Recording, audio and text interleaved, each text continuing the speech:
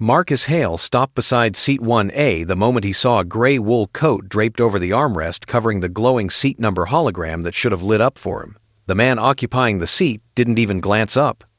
When Marcus spoke, steady and polite. "Sir, that's my seat." The man finally turned, eyes narrowing with casual certainty. "Son," he said, easing deeper into the leather, "this seat is for someone who truly belongs in first." The words hit harder than the engine hum rolling through the cabin. Marcus's fingers tightened around his executive biometric tag, the cool metal pressing against his palm.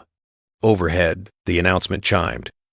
"Cabin alignment begins in 9 minutes." A camera clicked softly.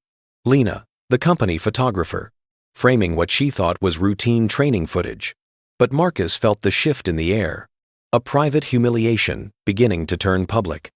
Have you ever watched someone face an injustice so clear it almost echoes something inside you? Before we continue, tell me where in the world are you listening from tonight? And if you're new here, make sure to subscribe so you never miss a story that digs beneath the surface. Marcus didn't move at first, not because he didn't know what to say, but because he needed one full breath to keep the moment from slipping into something uglier. The cabin lighting brightened slightly as flight attendants completed pre-departure checks, a soft amber wash settling over the first-class aisle. It shouldn't have felt hostile. It did. Walter Briggs adjusted his coat, deliberately tugging the fabric so it draped farther across the armrest, fully eclipsing the holographic seat number beneath. Marcus caught a faint, smothered flicker of blue light from under the wool, as if the seat itself were trying to speak up, only to be covered again. "Sir," Marcus said, leveling his tone, "you're covering the seat indicator. If you'll just pull your coat back." Walter didn't look up this time. He exhaled a faint scoff, a sound too soft to register as cruelty, but sharp enough to cut. "I'm sure the crew will place you where you actually belong," he murmured. "First is selective. Selective. Not booked, not assigned. Selective." Marcus felt the word slot neatly into the architecture of the insult from moments earlier. Race had been the blade, class was now the handle. A soft shuffle approached the row. Flight attendant Mia stepped into view, hands folded professionally, eyes darting between the two men with the posture of someone already bracing for trouble she didn't want. "Is everything all right here?" she asked. Walter answered before Marcus could lift a finger. "There seems to be confusion about seating." He gestured vaguely with a lazy flick of his fingers, the universal sign for "deal with this for me." Mia turned to Marcus. "May I see your boarding docu?" Marcus held up his executive biometric tag. It glinted under the cabin lights, an elegant piece of brushed metal embedded with microcircuits and an identity seal, his key to executive clearance, and a symbol of his position within the company. "I'm assigned to 1A," Marcus said. "This tag—" Mia blinked, her brows knit, not in skepticism, but in fear of making a procedural mistake. "That isn't a normal boarding pass," she said softly. "Executive credentials sometimes require validation." Walter leaned back, satisfied. "Exactly." Marcus kept his eyes on Mia. "This is valid. It's recognized by your system." "Yes, but—" Mia hesitated. "It still needs a cross-check." Behind her, the lens of a camera refocused, with a soft mechanical chirp. Lena, the company photographer, had drifted closer into the aisle, not intrusively, just enough that Marcus knew she was still recording. The training video she was supposed to produce would now include this awkward tableau. Managers would watch it later. HR would watch it. Perhaps even board members. He wondered what story the footage would tell without context.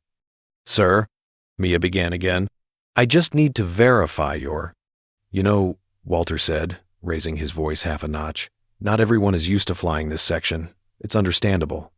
The implication was sugar-dipped, but unmistakable. Marcus felt heat rise beneath his collar, not from anger, but from the humiliation of being patronized in public. He glanced toward Lena's camera. Her expression was unreadable. Her job was to document, not intervene.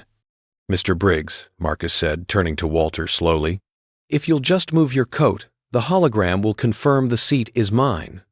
Walter drummed his fingers on the armrest, a deliberate, territorial gesture. The coat stays where it is. I don't like strangers reaching over me. Strangers. Marcus swallowed the immediate surge of disbelief. This wasn't about misunderstanding. This was about hierarchy, one man convinced he existed above another. Mia stepped a little closer. Perhaps we should check the system before. Walter cut in smoothly. Exactly. Check it. The tone was paternal, authoritative, and entirely misplaced. Marcus breathed through his nose, steady but clipped. You're asking her to verify something the seat can already show. If it could show, Walter countered, we wouldn't be having this conversation. Mia flinched. She had noticed the coat too, but she didn't reach for it. She wouldn't. Not when touching a passenger's belongings could be interpreted as a service violation. First-class passengers, especially assertive ones, had a long history of complaining, escalating, retaliating. Marcus saw the calculation flick through her eyes. He wasn't the risk she feared. Walter was. Let me speak to my supervisor, she murmured, stepping back. Marcus clenched his jaw. He understood now. This wasn't just personal.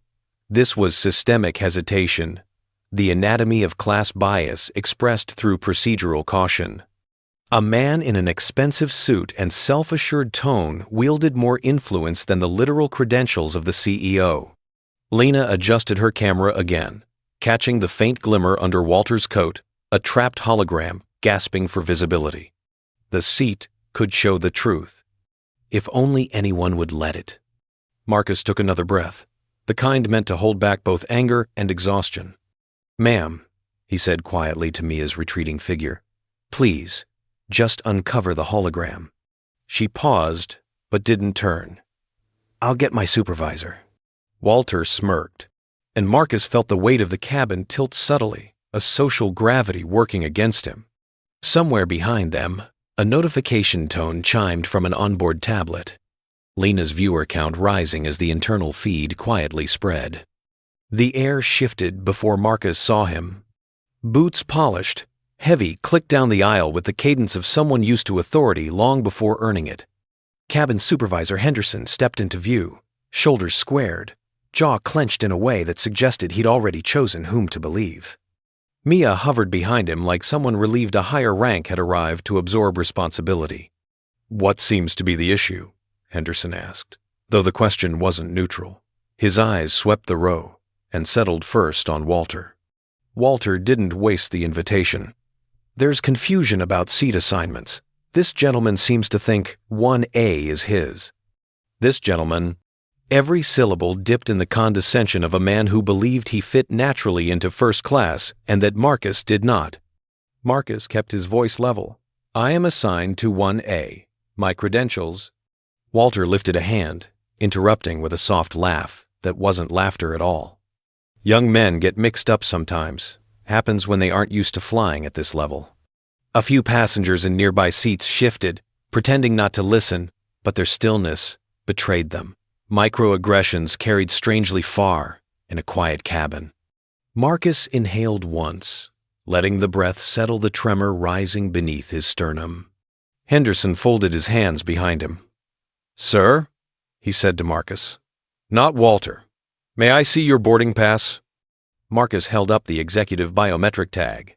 This is my authorization. Henderson didn't take it, didn't lean in, didn't even really look at it. Instead, he turned slightly toward Walter, as if checking for confirmation from the older man. Walter nodded, smug, like a king granting permission for lesser men to speak. And there it was, gender bias sliding in like an invisible draft, the air colder simply because Henderson treated the older man's presence as inherently authoritative. Henderson, Marcus said carefully, your system recognizes this tag. The supervisor pressed his lips together. Yes, but it still requires active verification. Our priority is ensuring all first-class passengers are properly documented. His emphasis landed like a tap on Marcus's chest. Properly documented. The irony coming from a man ignoring the only document that mattered was almost nauseating. From just behind the row, a mechanical whir hummed. Lena's camera refocused, tightening the frame on the tension layered between the men. Marcus resisted the urge to look her way. He didn't want to perform this humiliation. He only wanted it to stop. A chime rolled through the cabin.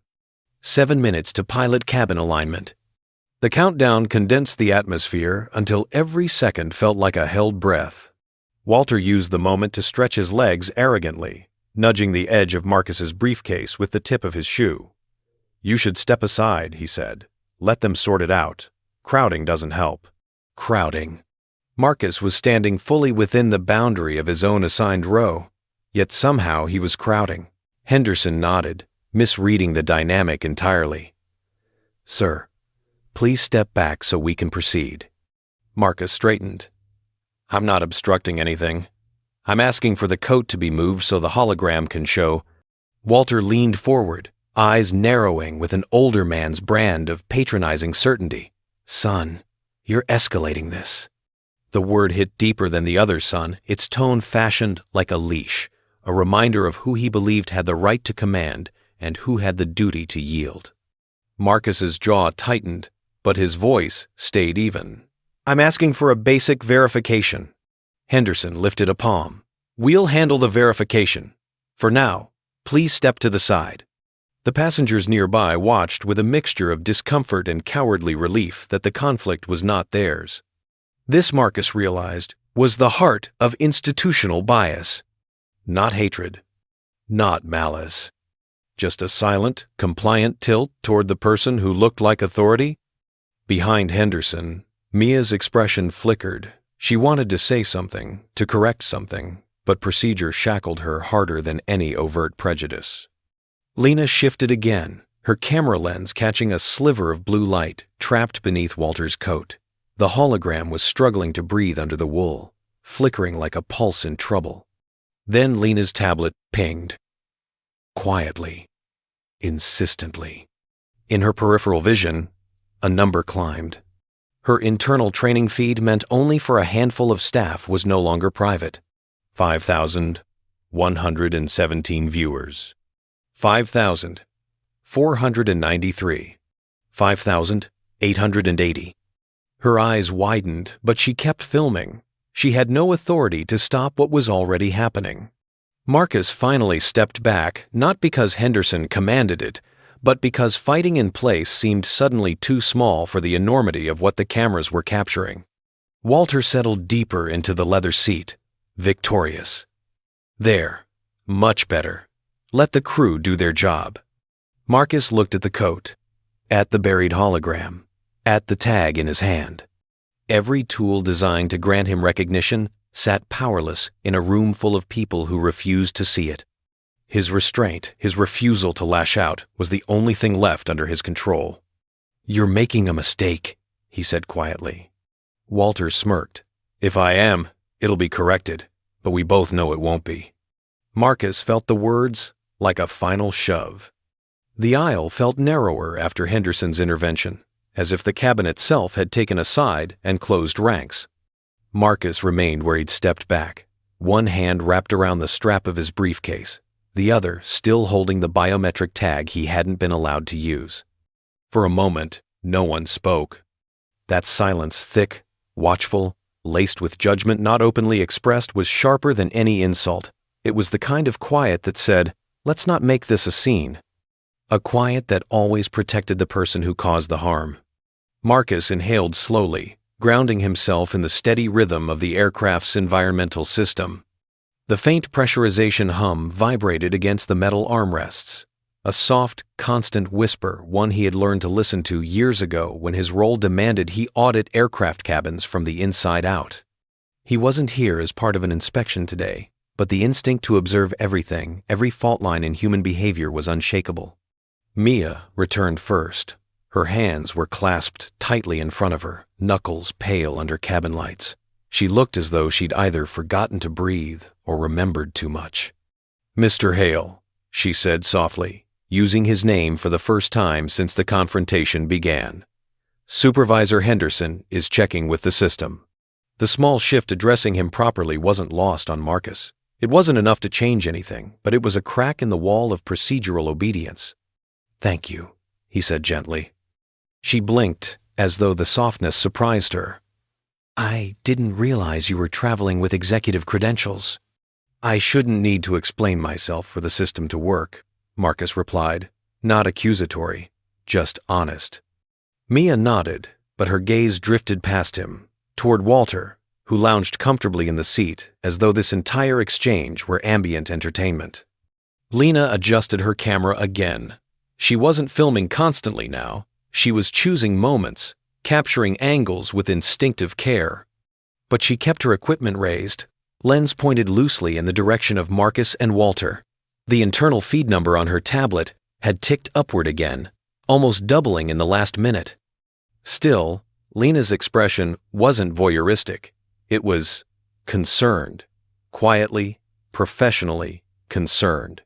She knew something about this felt wrong. Another flicker of blue light flashed under Walter's coat momentary, almost pleading. The hologram wanted to be seen. Marcus wondered briefly how many truths in his life had been buried under someone else's fabric. He exhaled. "I'm sorry," Mia murmured, stepping closer. "It's not that I don't believe you. It's these protocols are designed to support clarity." Marcus finished for her, but they're being used to avoid it. Her eyes widened slightly. He wasn't angry. He was speaking a truth she recognized, but couldn't say aloud. "I didn't mean for it to escalate," she whispered. "I know," he said, and he meant it. For the first time since the confrontation began, Marcus felt the smallest bridge form, not to the system, not to Walter, but to someone trying to navigate her fear of making the wrong decision. A distant bin clicked shut. A passenger coughed softly. The aircraft vibrated as ground power cycled. Life went on while a man sat in a seat that wasn't his, and the world politely pretended not to know the difference. Henderson returned, tablet in hand, jaw set in the stoic neutrality of someone preparing to defend procedure over people. "Mr. Hale," he said, "we're running a credentialing sync. The system is updating." Marcus caught the implication. "Your identity is not currently verifiable." "Is the hologram visible yet?" Marcus asked. Walter shifted deliberately, shifting his coat just enough to keep the hologram covered but allow a teasing sliver of blue to escape. "Seems faint," Walter said. "Might be malfunctioning." Marcus's restraint tightened like a muscle he had overused too many times. "It's not malfunctioning. It's obstructed." Henderson did not ask Walter to move the coat. He didn't even look at the coat. Marcus's throat tightened not with anger, but with exhaustion. "Sir," Henderson continued, "we ask for your patience while we verify." "You're asking me," Marcus said carefully, "for patience you haven't asked of the man in my seat." The honesty hung between them, undeniable, unacknowledged. Mia looked down. Henderson looked away. Walter looked amused. And Lena, still filming, captured it all. The camera's red indicator glowed softly, a silent witness that didn't choose sides but recorded them anyway. And in that glow, Marcus saw a faint thread of hope. Even if this room refused to see him clearly, someone watching later might. Marcus could feel the shift before he heard it, the murmuring tension of a cabin no longer pretending not to watch. What began as a single camera lens now existed in dozens of furtive reflections. Phone screens angled slightly upward, passengers pretending to scroll while recording silently. The energy of the room changed from avoidance to morbid fascination. Lena glanced at her tablet again. Her eyes tightened. 20,000 viewers. 20,000 people witnessing a man being challenged over a seat that already belonged to him. The number alone made the metal of the biometric tag feel heavier in Marcus's hand. He heard the soft rumble of pressurization cycling again, a vibration crawling up the aluminum frame beneath the seats. Under different circumstances, he would have appreciated the aircraft's engineering, how the cabin compensated, balanced, prepared. Today, the hum felt more like a countdown in his bones. Walter still lounged in the seat, as though being recorded was another perk of first-class attention. He lifted his glass of pre-departure champagne with leisurely grace, swirling the bubbles. "You see?" Walter said to Mia, not even acknowledging Marcus. "If the seat were his, the light would be clear. Must be faulty." "It's not faulty," Marcus said, steady. "It's covered." Walter smiled with his eyes, not his mouth. "You're very persistent for someone mistaken." Henderson returned, holding his tablet like a judge returning with a partial verdict. "The system still cannot confirm the credential," he announced to the air, to Mia, to Walter, everyone but Marcus. "That's impossible," Marcus replied, voice tightening for the first time. "Your system recognizes this tag. It was designed to." Walter let out a short, almost playful scoff. "Designed to? Yet it isn't. Fascinating." Lena angled her camera again, catching the coat, the buried hologram, and Marcus's tightening grip on the tag. Mia looked torn, navigating the impossible space between what she felt and what she was allowed. She stepped closer to Marcus, lowering her voice. "I believe you," she whispered. "I do. But I can't override Henderson. If I touch his coat—" "You'll break protocol," Marcus finished. She nodded. "This isn't about protocol," Marcus said. "This is about someone refusing to move their coat." Walter raised an eyebrow, as if amused he was the topic of a moral lesson. "The coat stays where it is. And frankly, if this young man had flown first before, he'd know you don't grab at other passengers' belongings." "You're weaponizing the rules to hide what's already visible," Marcus said quietly. "What's visible," Walter countered, "is doubt." Marcus nearly laughed, but it wasn't humor. It was disbelief at how a man could lie by simply refusing to see. Walter turned to Henderson. "He's getting agitated." Marcus felt the humiliation float up into his throat like heat. He wasn't agitated, he was being erased. The cabin announcement chimed again. 6 minutes until pilot cabin alignment. Every voice felt sharper after those words. Every breath, every stare. And then the live-streamed comments, though inaudible, practically vibrated through Lena's tablet. She kept filming, torn between duty and conscience. Marcus didn't raise his voice. He didn't step forward. He didn't do anything that could be misconstrued. Instead, he did something simple. He placed his palm flat on the armrest beside him. It steadied him. It grounded him. Then he spoke, softly but clearly. "The seat can show the truth." The phrase hung in the air like a fragile offering. Walter didn't even look. Henderson didn't acknowledge it. Only Mia seemed to flinch, as if she recognized the quiet plea inside the words. The truth was right there, flickering under a coat that weighed nothing and yet carried the full force of prejudice. Walter chuckled. "You keep saying that, son. But no one here sees anything." And that not the words themselves, but the careless certainty hit harder than every insult before. Because he was right. Nobody reacted. Nobody moved. Nobody demanded fairness in a room full of witnesses. Marcus felt something inside him compress into a cold, bright ache. He wasn't just fighting for a seat anymore. He was fighting the invisible scaffolding that allowed a lie to stand taller than a credential.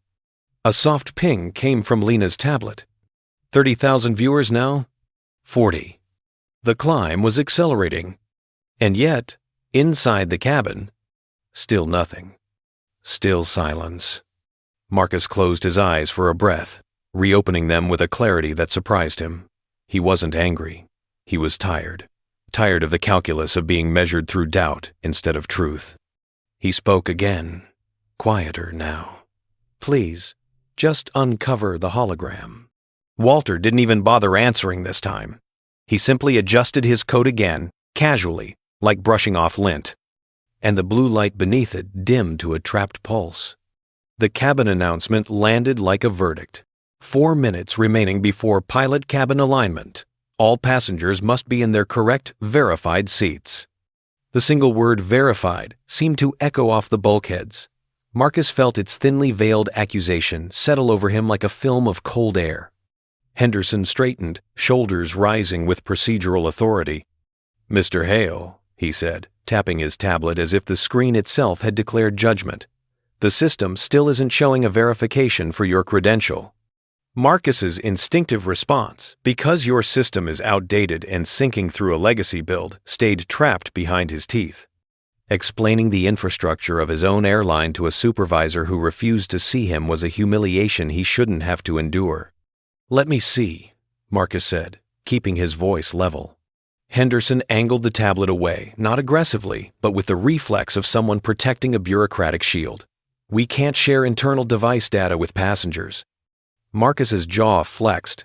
"You're not sharing data, you're sharing a system error." Walter chuckled under his breath. "Or a credential error." Marcus turned slowly toward him. "There is no credential error." Walter shrugged, the picture of ease. "Not according to the device." He tapped the leather armrest lightly, as if patting the seat's approval. A low vibration trembled through the floor panels as the aircraft prepared another pre-alignment cycle. It made the hologram under Walter's coat flicker again, faint blue, pushing through the wool like a heartbeat trapped under cloth. Mia noticed. Marcus saw her eyes catch the light, widening, then darting toward Henderson. "Supervisor, it's flickering." Her voice was cautious, careful, as if naming truth was itself a procedural violation. "It's malfunctioning," Walter said quickly. "It's covered," Marcus corrected. Henderson didn't even look. "We can't assume that." A thin thread of disbelief wound tighter in Marcus's chest. "You're assuming his claim without verification." "I'm assuming protocol," Henderson replied. "Protocol that's ignoring what's right in front of you." "Sir," Henderson said, tone cooling, "your tone is becoming—" "It's calm," Marcus cut in. "I'm being calm." But in a room where hierarchy dictated reality, calmness from him was treated as threat, while arrogance from Walter was treated as authority. A screen pinged near Lena's camera. She glanced down, then stiffened. Viewer count: 41,000, 327, 52,000, 990, 61,000, and 4. The feed had gone viral through an internal employee group, then leaked beyond the airline entirely. People were debating the scene in real time. Strangers analyzing Marcus's posture. Strangers evaluating Walter's entitlement. Strangers judging Mia's hesitation. And Marcus stood in the middle of the storm, suffocating under narratives he could not control. The worst part, everything being said about him was happening before anyone saw the truth. Mia stepped forward, voice barely audible. "Supervisor, maybe we should at least ask him to move the coat." Walter looked at her sharply, and something cold passed behind his eyes, a threat wrapped in social expectation. "I don't appreciate being handled," he said, "especially by staff who don't understand first-class etiquette." Mia froze. Her throat bobbed as she swallowed her fear. Henderson lifted a hand toward her. "Mia, step back. I'll handle this." Marcus closed his eyes briefly. The humiliation had grown into something deeper, an ache, heavy and simmering. Not anger, not yet. It was the ache of reliving every moment a system had chosen the wrong man simply because he fit a more familiar silhouette of authority. He opened his eyes. "I am the assigned passenger for 1A. "We can't confirm that," Henderson said. "Yes," Marcus replied quietly. "You can. You just won't." Lena's camera captured the line with painful clarity. A ripple moved through nearby passengers' guilt, discomfort, something unspoken but palpable. None of them intervened. None of them risked stepping out of neutrality. Walter reclined further, smugness softening his whole posture. "Perhaps he should wait in the galley until you finish sorting this out." The suggestion wasn't made to help. It was made to put Marcus back where Walter believed he belonged, somewhere not seen, not heard, not equal. Mia's breath caught. She looked at Marcus with an apology that never reached her lips. Marcus stood straighter. "I am not going to the galley. I'm standing beside my assigned seat." Henderson pressed a series of commands on the tablet. "If the system does not update before alignment, we'll need to reseat you temporarily." Walter smiled. Marcus felt something hollow open in his chest, not collapse, not defeat, but a void carved by disbelief that this could happen in his own company's cabin.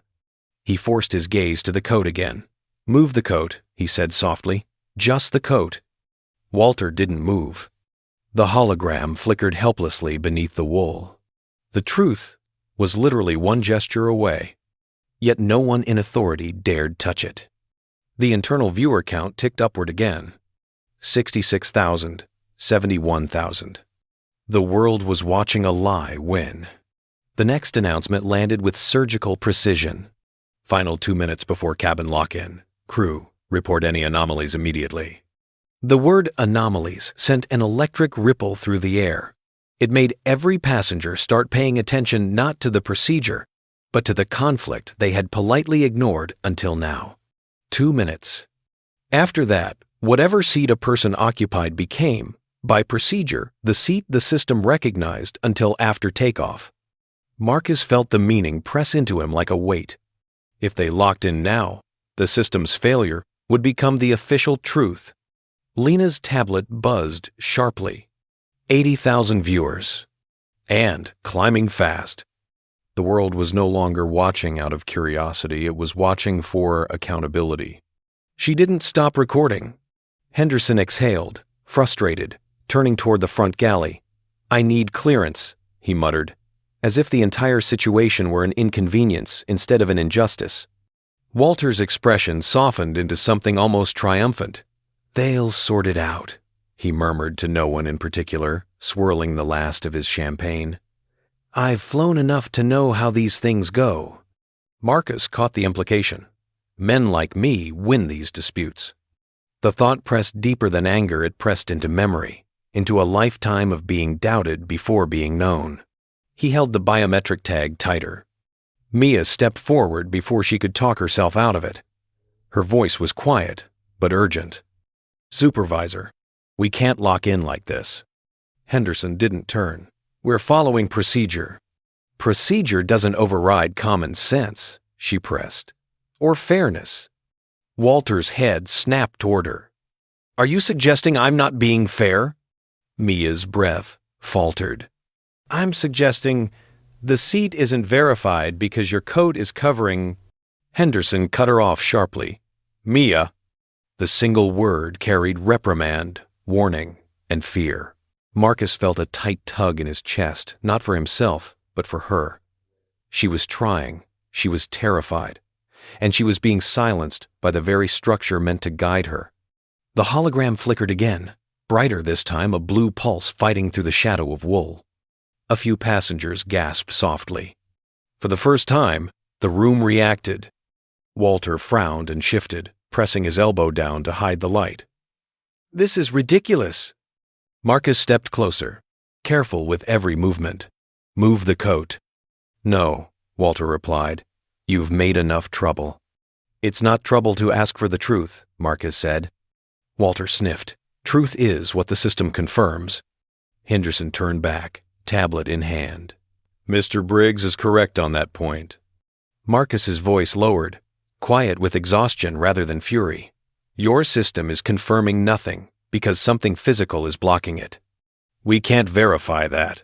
"You mean you won't?" Lena's camera lens refocused with a crisp mechanical snap. The sound, though soft, seemed to slice through the cabin's tension. And then, a passenger in row 2 reached up and clicked on their reading light to get a better look. Another angled his phone openly now, recording the entire exchange. A third whispered, "That seat is glowing." The collective silence cracked. Marcus felt the shift. The room was no longer on Walter's side. It wasn't yet on his, but it had begun to doubt the narrative it had been fed. Public pressure had seeped into the cabin walls. Henderson's tablet pinged again. He frowned. "What is it?" Marcus asked. "A flag from the system," Henderson muttered. "It's requesting a manual review. Something about conflicting identifiers in first." "That's the hologram trying to register through the obstruction," Marcus said. "It could be a sync error," Walter suggested quickly.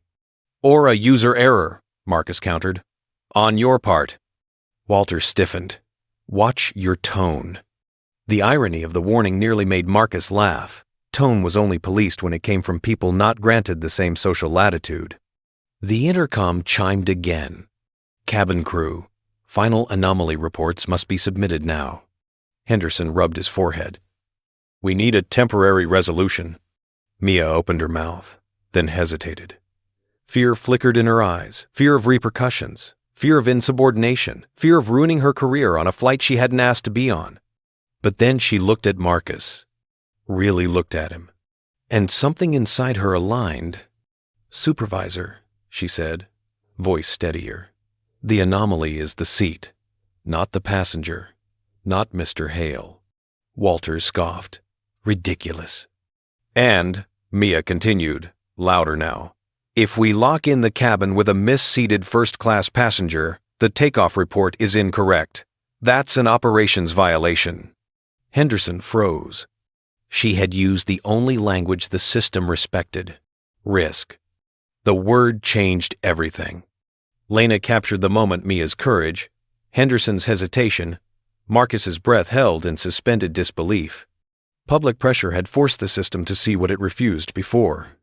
The cabin was no longer stable. Not socially. Not ethically. Something in the cabin snapped quietly, invisibly, but unmistakably. It wasn't a noise. It wasn't a word. It was the collective intake of breath as 80,000 people watching online collided with 24 passengers trapped in the same shrinking room.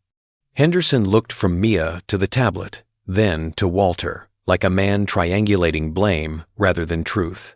Mia stayed perfectly still, her pulse visibly pounding at her throat. Lena stepped sideways to clear her angle, her camera now raised with deliberate intention. No longer the casual, observational lens of a training shoot. Marcus felt all of it, every stare, every vibration of pressurization, every bead of sweat cooling against his spine. Something inside him loosened, the final thread, holding back weeks, months, years of being asked for proof he already had. He spoke clearly. Move the coat. Walter didn't move. He didn't blink. He just smiled. A thin, satisfied curve of entitlement. You need to calm down, Walter said. People like you get emotional when things don't go your way. The words detonated across the cabin. Passengers flinched. Mia inhaled sharply. Lena's camera tightened its frame with an audible focus click. Henderson stiffened, unsure whether to intervene or hide behind procedure. And Marcus felt the hit land not on the surface of his identity, but somewhere deeper, somewhere raw. He stepped closer, not aggressively, not even abruptly, just close enough that Walter could no longer pretend not to see him. That, Marcus said softly, is enough. Walter laughed. You don't get to tell me what's enough. You don't get to command me. His volume rose, echoing off polished cabin panels. Because people like you... Mr. Briggs, Mia blurted, voice cracking with urgency. But Walter kept going, louder, as though the presence of cameras validated his confidence rather than challenged it. You don't belong here. Not in first, not... A sharp burst of blue erupted beneath his coat. The hologram had found a seam of light, just enough space, just enough exposure. It pulsed once, twice, brighter with each flicker. The wool fabric glowed faintly from the inside, betraying the truth it had smothered all along. The cabin gasped as one. Walter jerked his elbow down to hide it, but the movement came too late. The light had already burned itself into the room's collective memory. It's the seat, a passenger whispered. He's sitting in the wrong seat. Another raised their phone openly now. Why hasn't the crew checked this? Henderson's face blanched. He scrambled to regain control, speaking too quickly. Everyone, please remain calm. No, Marcus said. It wasn't loud, but the authority in it was unmoved, undeniable. He turned to Walter fully. You knew the moment I approached.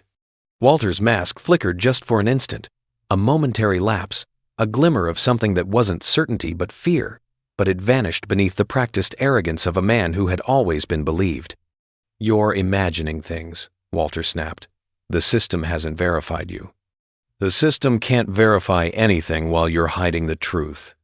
Marcus reached toward the coat, not to touch it, but to point at the flickering light beneath. His fingers trembled, not from anger but from the strain of holding himself together under the weight of 100 unspoken histories. The biometric tag in his other hand caught the cabin light, glowing with a soft metallic sheen.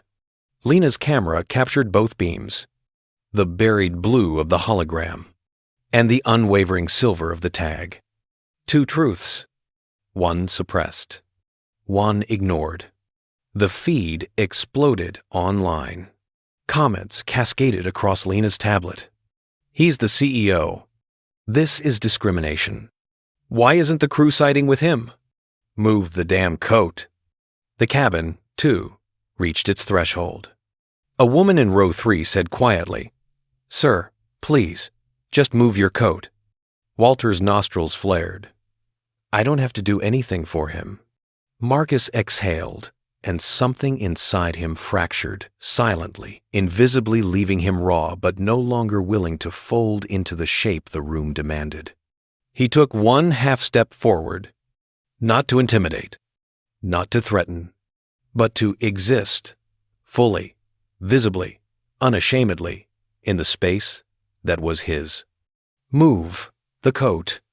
This time the words carried, not request, not desperation, but truth. Walter rose halfway out of the seat, face flushing red.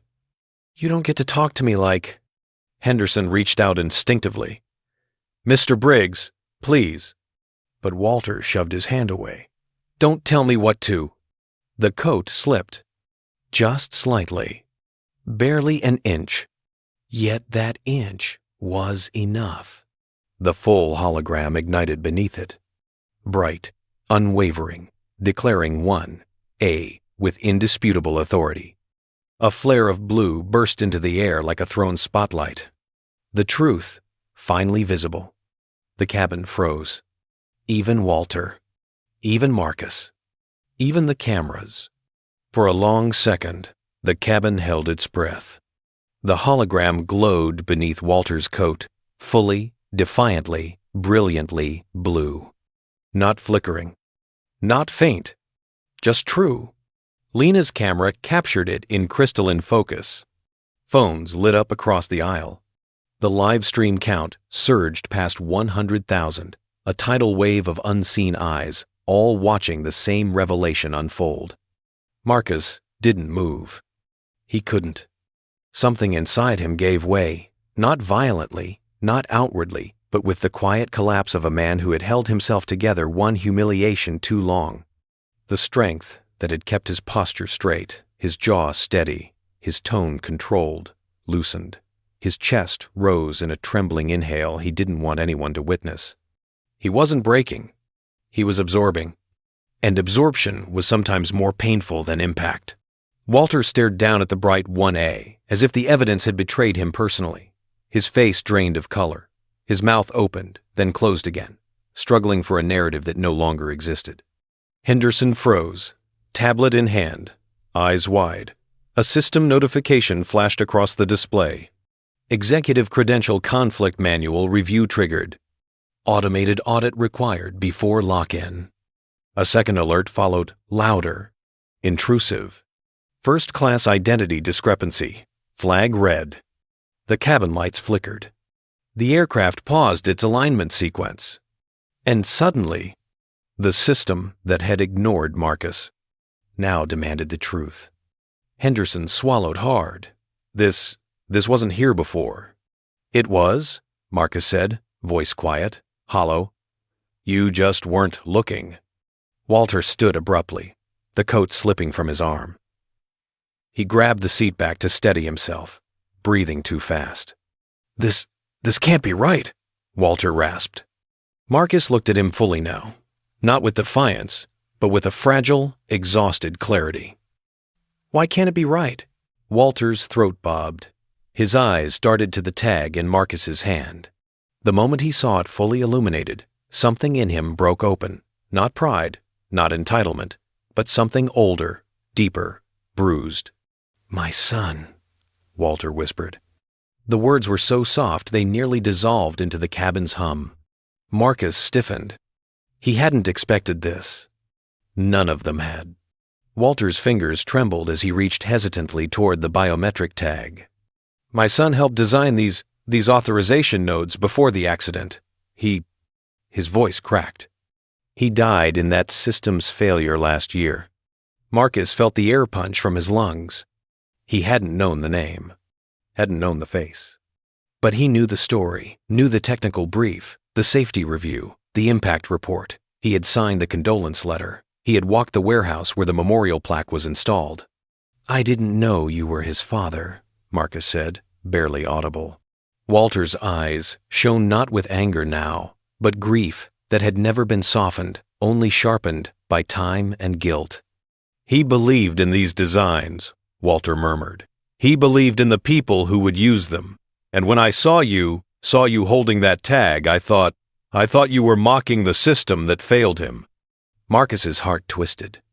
This wasn't justification. This wasn't absolution. But it was truth, painful, complicated, human truth. I wasn't mocking anything, Marcus said softly. I've carried that failure too. The cabin grew impossibly still. Even the live stream comments slowed confusion, empathy, anger weaving into a single thread of collective witness. A human wound had been exposed beneath the structural cruelty. Walter wiped at his face with a shaking hand. I shouldn't have. His voice broke entirely. I shouldn't have done any of this. Marcus looked at him, not as an enemy, not as an obstacle, but as a man drowning in sorrow he hadn't known how to name. Grief doesn't give you the right, Marcus said gently.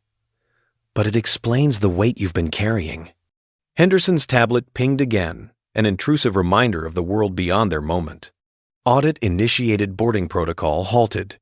All seat claims frozen pending verification. The system had taken over. Justice, not moral justice, but structural justice, had triggered itself. Walter staggered back, lowering himself into the wrong seat he no longer had the strength to defend. Marcus steadied his breath, the grief of another man layering painfully over his own. His exhaustion deepened, softened, stripped him of every armor except honesty. The cabin felt different now, not louder, not calmer, but emptied of the tension that had been holding everyone upright. As if the entire space had finally exhaled after suffocating through a truth no one wanted to admit was real until it forced itself into the light. The hologram still glowed steady, unashamed, claiming the seat Marcus had been denied. The blue reflection shimmered faintly against the polished surfaces of first class, a quiet reminder of how obvious the truth had always been. Henderson lowered his tablet, the weight of the system audit reflected in his posture. Mr. Hale, he said, voice subdued, the system has confirmed your assignment. You may take your seat now. It should have been a moment of triumph. It wasn't. Marcus didn't move right away. He glanced at Walter, no longer the man who had wielded entitlement like a blade, but a father still trembling from the sudden reappearance of a wound he hadn't been ready to confront. Walter's coat lay abandoned on the armrest, as if the fabric itself had surrendered. He clasped his hands together, staring down into them like they contained the debris of everything he'd just lost control of. Walter began, but the words collapsed. I'm ashamed. Marcus didn't respond immediately. He wasn't sure he had the emotional steadiness to. His own grief, long buried under responsibility and executive calm, rose like a tide. The death of Walter's son wasn't just a footnote in a report to him. It was a moment that had shaped a dozen policies, cost sleepless nights, demanded accountability that still weighed on him. He took a breath, not firm, not composed, just honest. Loss, Marcus said quietly, makes us hold on to the wrong things. Sometimes it makes us strike at the people who share the same pain. Walter's eyes lifted, red-rimmed, lost, human. I didn't know, Walter whispered. I didn't know you, that you understood any part of it. Marcus nodded. I carry that failure too. It wasn't an excuse. It wasn't forgiveness. It was truth, a truth deeper than the one glowing beneath the coat. Behind them, Mia stepped forward, voice soft but resolute. Mr. Hale, I'm so sorry. I should have. You tried, Marcus said, meeting her eyes. When it mattered. Her breath hitched. Relief and remorse tangled together. Henderson stood stiffly beside her, shame spreading across his face. Sir, I will file a full report on my handling of this. I realize now that Marcus gently cut him off with a raised hand. Make sure the report changes something. That's enough. The words disarmed Henderson more than any reprimand could have. A chime sounded over the intercom, different from the countdown, softer, automated. Executive credential verified. Cabin lock sequence will resume after mandatory audit compliance review. Lena lowered her camera at last, as though finally allowed to stop carrying the weight of witnessing every second. The red recording light clicked off. But before she put the camera down entirely, she looked at Marcus with a question in her expression, a silent "Are you okay?"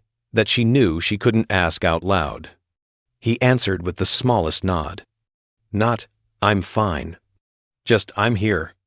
Walter stood slowly. "The seat! It's yours!" Marcus stepped toward 1A, not with triumph, not with vindication, but with the quiet dignity of someone reclaiming more than space, reclaiming certainty. He placed the biometric tag gently against the authorization pad. The device chimed, syncing instantly now that nothing obstructed it. A pulse of blue swept across the hologram. Walter watched the light ripple and swallowed hard. "Your phrase," he said quietly. "You kept saying it, even when no one listened." Marcus eased into the seat, his seat, and looked back at him. "Let the seat show the truth," he repeated softly. "Not a plea now. Not a warning. A benediction." Walter nodded once, eyes lowered not in defeat, but in acknowledgement. He stepped aside as Mia guided him toward an alternate seat. His shoulders shook once as he walked, a brief tremor of a man finally letting the truth settle where denial once stood. The cabin, slowly, carefully, returned to motion. Passengers exhaled. Screens dimmed. Light softened. The ordinary hum of the aircraft reclaimed the air. Marcus rested back against the leather, exhaustion washing over him, not the exhaustion of conflict, but of release, of having stood his ground without losing his humanity. Lena, before moving away, met his eyes again. "Thank you," she mouthed silently. "For what? For dignity? For restraint? For surviving a moment the world had turned into spectacle?" Marcus didn't know. But the truth was visible now. To the cabin. To the live stream. To the system. To himself. And as the hologram pulsed once more beside him, he let the final echo settle. Let the seat show the truth. And let us honor it. Justice wasn't loud. It was steady. Quiet. Earned. And at last. Complete. How did this story sit with you? Did any moment hit closer to home than you expected? Share your thoughts in the comments. And if this story moved you, don't forget to like, share, and subscribe. Your engagement helps these voices and these truths reach the people who need to hear them most.